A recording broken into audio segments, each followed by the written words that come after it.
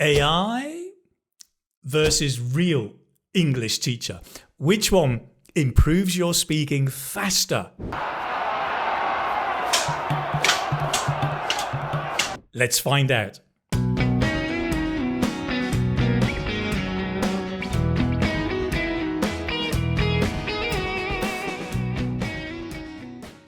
Hello, it's Keith from the Keith Speaking Academy. Now, you know, I love using AI. I use it a lot in my teaching, as you probably know if you follow me for a while.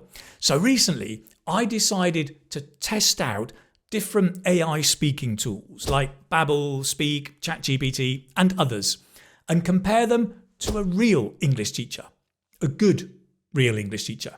Because of course, there are good and there are bad real teachers, right? So I'm assuming when I talk about a real teacher, a good teacher.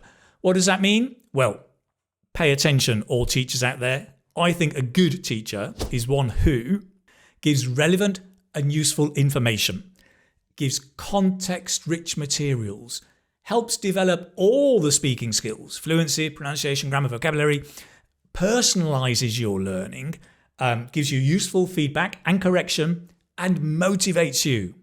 So we're comparing AI tools to a good real teacher. I'm going to focus on 5 different areas and how both of these compare: fluency and conversation, pronunciation, vocabulary, grammar, feedback and correction. Okay. Now, I'm looking at a lot of different tools. I do not get sponsorship from any of these tools except one, and that's ELSA Speak, who have collaborated with me or me with them for many, many years. This is just my honest, frank opinion, right? No other agenda intended. Right now, let's get into that first area and let's talk about fluency and conversation. So, AI tools first. So, the advantage of AI tools is, well, they're always available and you can get instant conversation practice about any topic at all. AI never gets tired. It will just go on and on and on. A real teacher will have a limit, right? So that's the great advantage. I think AI like ChatGPT, free conversation, is good for higher levels, and for your lower intermediate levels, apps like Babbel, Mondly, Speak are much better. Okay. ChatGPT at higher levels, it's great because you can pick the topic you want to choose. Hey there. Great to hear from you. What's on your mind today? Can we talk about food? Absolutely. Let's dive into food. Always a fun topic. Anything particular you want to chat about? Maybe recipes, cooking tips, or just some favorite dishes? That's good, right? Sometimes a teacher won't let you pick. However, you have to choose a topic. So a real teacher will come prepared with materials and a topic. ChatGPT isn't. So that's good and bad. It's good if you're an independent learner and you know what you want and you're a high level. I say a high level because ChatGPT doesn't take into account your level when you're speaking. A real teacher will adapt the materials, their speed, their voice to your level. ChatGPT doesn't care unless you program it to or prompt it to, which is not always easy or reliable. So it really doesn't take into account your level. And here's another thing. ChatGPT tends to interrupt you. So if you're a lower level and trying to speak, it'll interrupt you. Good for higher levels, but not so good for lower levels. The great thing about a conversation with ChatGPT is you get the tape script at the end, so you can read it and review. You can't do that with a real live teacher unless they're online. If you're in a Zoom meeting, you can, or you can use a tool like otter.io to get your tape script. If we are looking at lower and intermediate levels, let's have a look at apps like Mondly, Babbel, Speak. Generally speaking, they offer a similar experience, that they give you a structured conversation, often question, answer, question, answer. You can do it written. Most of them you can speak. In fact, most of them you'll get the writing and the speaking and a translation option. And they have this lovely hint option. If you're not sure what to say, the hint will give you an idea of what to say. All very, very nice. Mondly and Babbel, they have this nice feature of they present you with a task. 3 things you must do in your conversation. So that simulates kind of a real conversation. You're trying to get something done. So this structure can be nice. It's a good guidance, and all the visual support is great for learners, especially slightly lower level learners. So this system is good. Normally, a real teacher won't have such a strong system. And here's the thing. You see, that system is good and bad. Because with a real teacher, they can help you bridge to a real life conversation much better. Real life conversations are not question, answer, answer. Okay, so that's good for your practice. But then the gap to a real life conversation can be quite big. A real life teacher bridges that gap much better, in my humble opinion. It's like the issue of subtitles or captions. So that can help you when you're practicing. But in your real life conversation and with a real teacher, we don't have captions, right? I don't go to the shops and look at the captions of the speaker. So that bridge, it can be a problem if you're always used to captions. One of the apps has this lovely feature. It's Speak, and it has a feature where you can hide the captions. So you're only listening and not reading. And that bridges the gap much better as well. So my tip is use AI for free conversations at a higher level, structured conversations at a lower level. But to bridge the gap with real life, a real teacher will do it better. Let's move on. Right, let's talk about pronunciation. So AI here is great because it can give you detailed, repeatable feedback on different sounds, on words, on stress, even intonation sometimes. It never gets tired. You can just repeat again and again and again at your own pace. Brilliant. That's really good. One of my favorite examples is ELSA Speak. It used to be just American pronunciation, but now they've got a British avatar as well. So you can choose your avatar and your accent. Like if you go on italki or Cambly, you choose your teacher, right? Same kind of thing. And to be honest, the AI apps nowadays, the voice recognition and the voice software is getting so good. They sound almost realistic. Good enough, right, for your practice. ELSA Speak, I think the whole pronunciation area is phenomenal. It's amazing, right? You've got IPA, listening exercises, comparisons, words, phrases, conversations, context. You can practice again and again at your own pace. And it's giving you feedback on how close you are to the correct sound. It's really, really good. I've rarely seen a real teacher with the depth of knowledge ELSA Speak has in pronunciation at their fingertips, right? That's what's really good about it. However, when it comes to pronunciation, I think one of the key things you need is a teacher who can help you show the difference from your own language to the new language, say English.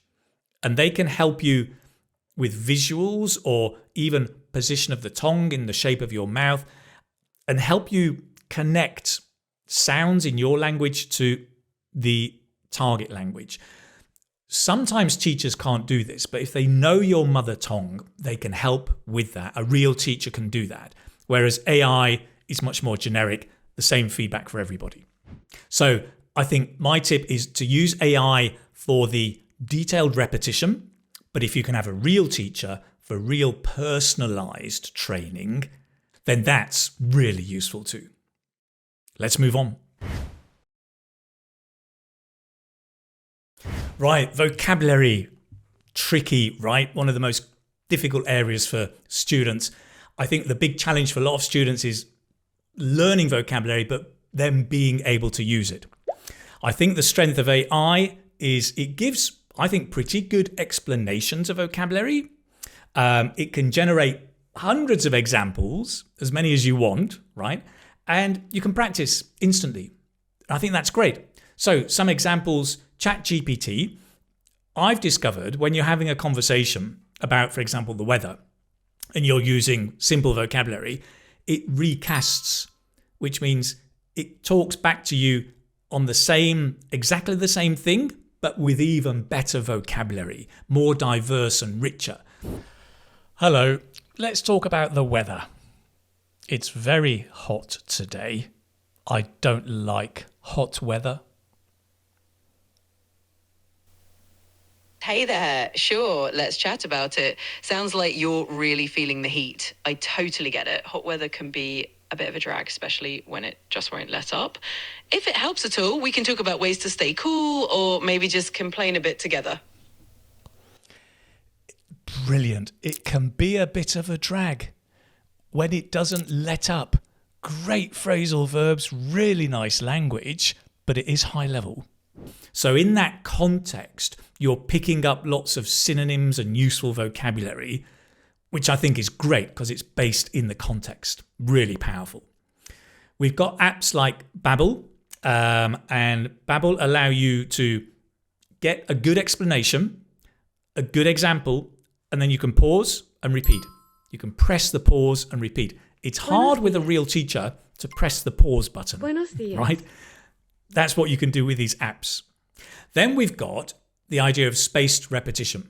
So flashcard apps, like, for example, Duo cards, which uses AI in the flashcard apps to also suggest new words at your level, which is great for expanding your vocabulary.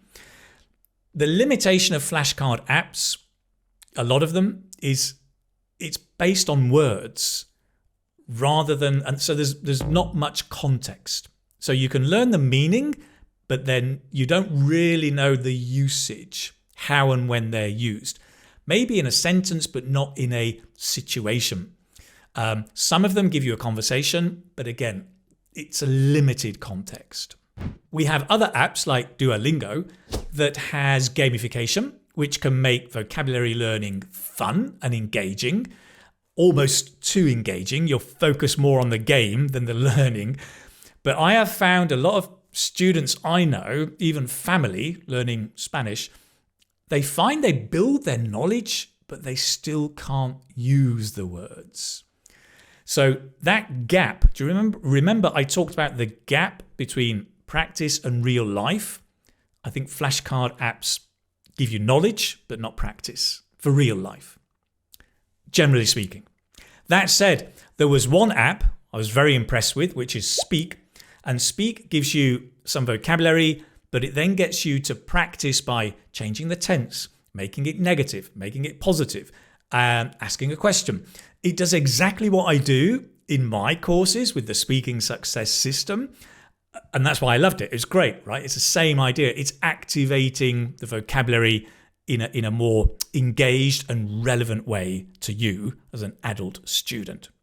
So I think the strength of AI is it can build your knowledge of vocabulary.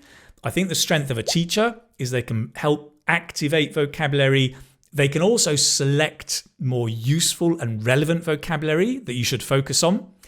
And I think at higher levels, when it comes to nuance, the real meaning, how the words are used in real life, in America, Australia, or England, they can give that extra information, just connecting you to real life a little bit better.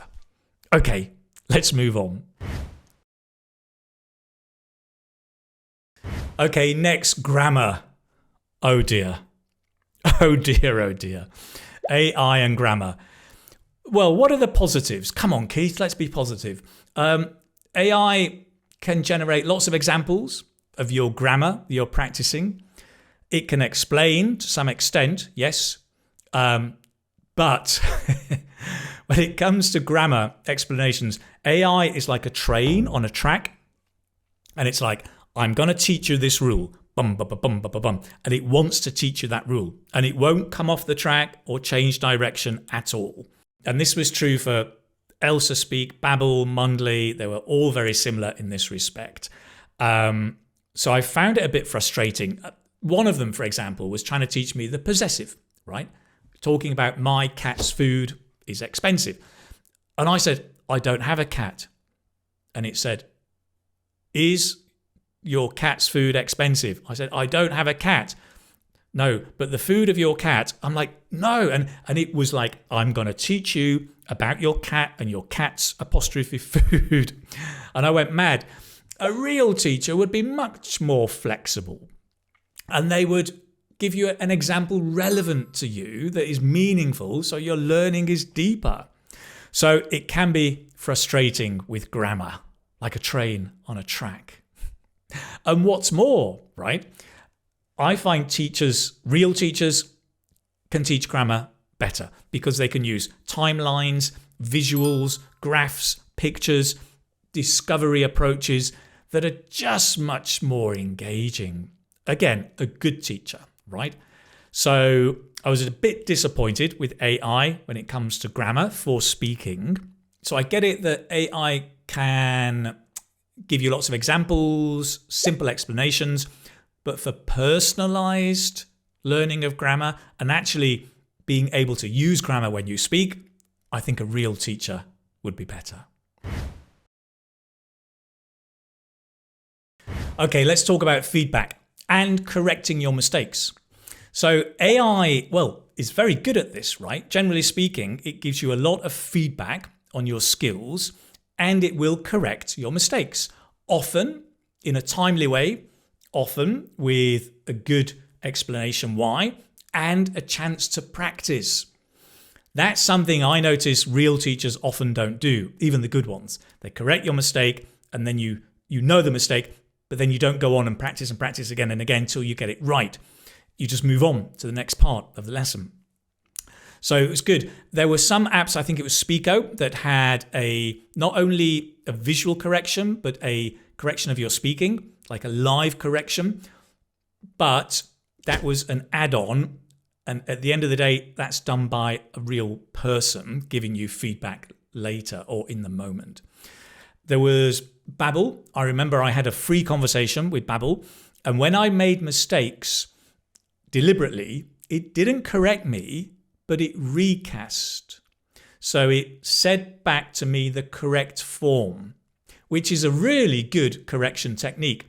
Instead of saying, no, that's wrong, and you feel bad, it just tells you what's the correct way to say it. And you notice and pick up on that. That was great. I really enjoyed using Babbel. It felt very flexible, that it wasn't just doing what it wanted to do. It was guiding me in a nice way. Speak gave very succinct and direct feedback. You get a score out of 100, but it also explains what the mistake is, why you've made it, and it gives you options to practice, which is so useful after you've made a mistake, to try and not fossilize a mistake, but fossilize the correct way of saying it, so to speak. A lot of these apps, including Mondly, Babbel, ELSA, Duo cards, they have a tracking system. So the tracking kind of tells you how many words you've learned, how your fluency is doing, your pausing, your intonation, how you're doing in different areas over a period of time, which actually is very powerful.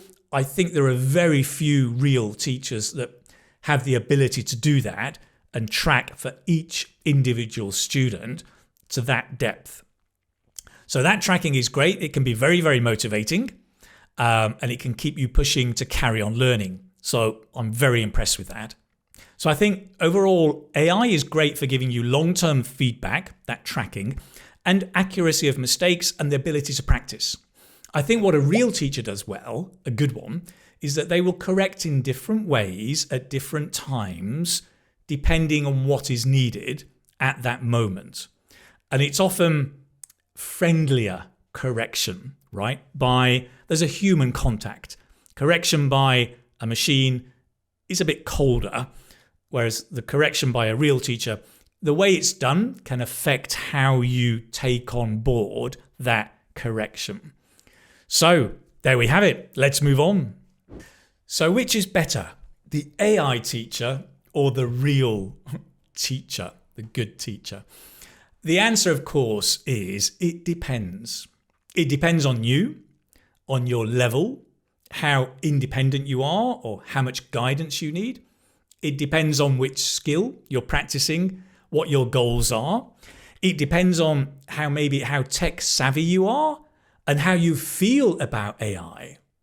If you don't like AI and you want the human touch, then AI is not going to work for you. At the end of the day, I think that you've got to combine both, because each one optimizes different aspects. You can use them together and really get effective learning to improve your speaking. AI, on the one hand, gives you repetition, availability, 24/7, and structure, and bite-sized learning. A real teacher, gives you that it can bridge the gap between study and real life, right? I think they do a better job at grammar. And also sometimes a teacher can connect your learning more to your local culture and your language sometimes, for example, with pronunciation, and offer feedback that can be very flexible, very friendly, and there's that human element, right? Hence, the connection with real life can be stronger. But it's definitely a combination of both of those.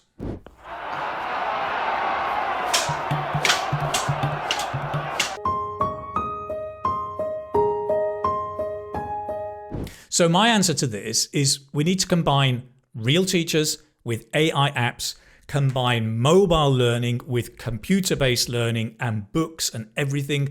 That whole combination. Keep your life diverse, your learning materials diverse. Like a rich diet, keep it as diverse as you can, right? And I think that's the way forward. A final note, I think one of the apps that impressed me most, the AI app, was Speak, because it had an incredible structure, flexibility. It used a wide range of multimedia and context. And I found it an enjoyable experience. It didn't feel like I was being taken on a track down a particular destination. There's flexibility and I enjoyed it a lot. So now you know how to improve your English speaking by using a combination of apps that work for you. What's right for him may not be right for you. You have to work this out yourself. But I hope today's video gives you some guidance and a bit of fun as well. Thank you so much for watching. If you want more information about these apps, just download the PDF. I'll put all the information and the reviews there. And good luck with you improving your English speaking and becoming a more confident speaker of English. Thank you so much for watching. Take care now. Bye-bye.